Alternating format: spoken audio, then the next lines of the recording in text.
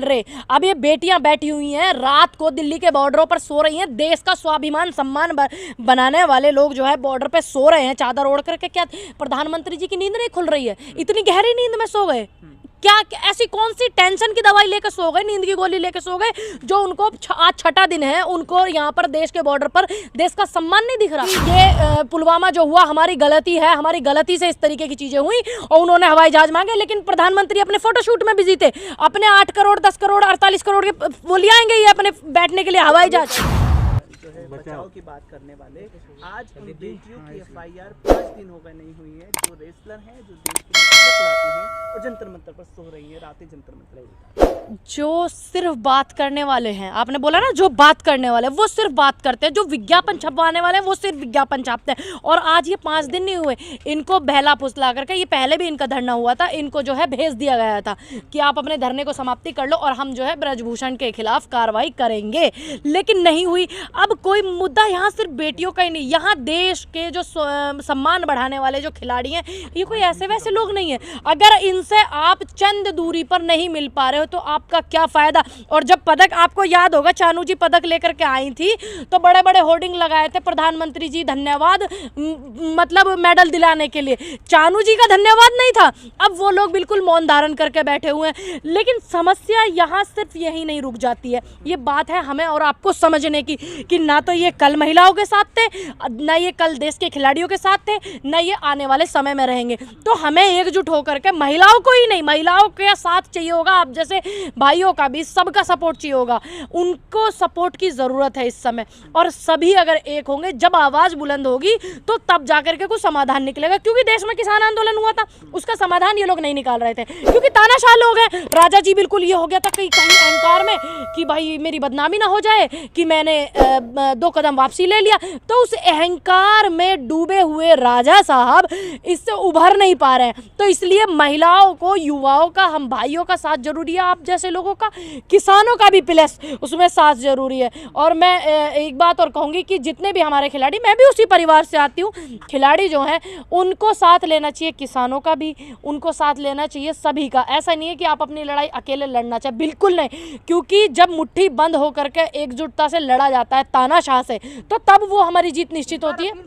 पिछली बार जब ये लोग जनवरी में आए थे तो कह रहे थे कि हमें किसी की जरूरत नहीं है, हम अपनी सरकार से बात कर रहे हैं और सरकार हमारा सुनेगी, पूरी उम्मीद थी। हाँ। इस बार इन्होंने कल अपील की, रोकर अपील की कि खाप पंचायतें आए, राजनीतिक लोग आए और हमारा समर्थन दें। तो क्या वो जो उम्मीद थी, या क्या जो वो मोदी जी से एक पुरुम्मीद ये लोग थे, वो भी खत्म हुई? वो उम्मीद पहले ही खत्म हो गई थी। अगर वो पहले खत्म नहीं होती तो ये लोग दोबारा नहीं आते, क्योंकि सभी वहाँ पर सम्मानित लोग हैं, इतने सारे लोग हैं जो सम्मानित हैं। अब इन्होंने उम्मीद को पहले से ही खत्म किया। 2014 के बाद से ऐसी कौन सी देश की जनता की उम्मीद है जिस पे ये खरा उतरे हैं? अब लेकिन ये अच्छी बात है कि उन्होंने एक फैसला लिया है कि खाप पंचायतें भी आवे और विपक्ष भी आवे, क्योंकि विपक्ष अगर नहीं होगा तो सत्ताधारी संसद में आपकी आवाज़ नहीं उठाएंगे, ये खिलाड़ियों की आवाज़ को विपक्ष के ही लोग उठाएंगे। ऐसा नहीं है कि वो सिर्फ कांग्रेस ही हो, विपक्ष में वो कोई भी हो सकता है, कोई भी। इसलिए विपक्ष का और जनता का और किसानों का साथ लेना, खिलाड़ियों के लिए ही नहीं, तमाम देश में जितने भी आंदोलन अगर होते हैं तो एक दूसरे के साथ से ही सरकार को झुकाया जा सकता है,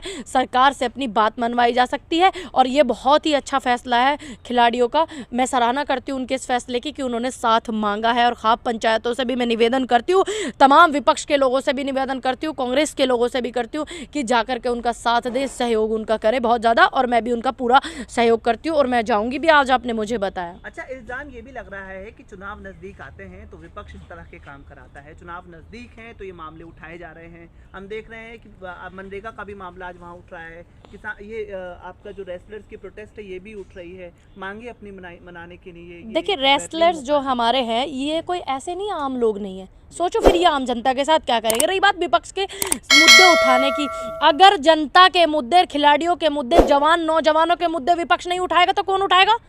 कॉमन सेंस की बात है, सोचने वाली। विपक्ष ही एकमात्र ऐसा वो होता है कि अगर सत्ताधारी पार्टी से कोई परेशान है, पीड़ित है, तो उसका मुद्दा उठाता है। अब आप इसको चुनाव से जोड़ लीजिए या बेचुनाव से जोड़ लीजिए, ये आपका अपना अपना मत है। ये सभी को पता है, लोकतंत्र देश में विपक्ष जनता की आवाज़ होता है।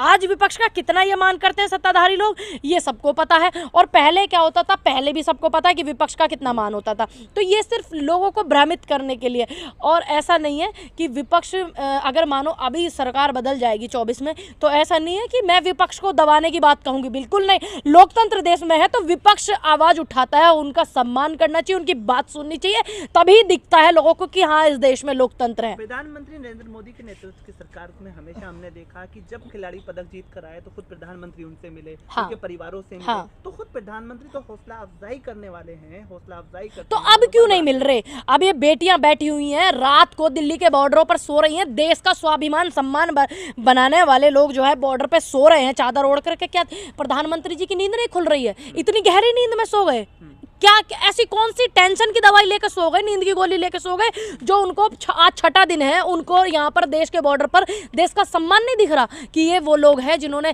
जब तो आप भी वीडियो कॉल करते थे कि बहुत बढ़िया, बधाइयाँ, शुभकामनाएं, अच्छी बात है, एक प्रधानमंत्री का कर्तव्य होता है, लेकिन ये भी प्रधानमंत्री का कर्तव्य है कि देश को गौरव दिलाने वाले लोग आज यहाँ पर धरना कर रहे हैं तुम्हारी पार्टी के एक व्यक्ति की वजह से। तो तुम एक पार्टी के हो, सिर्फ एक व्यक्ति के लिए हो।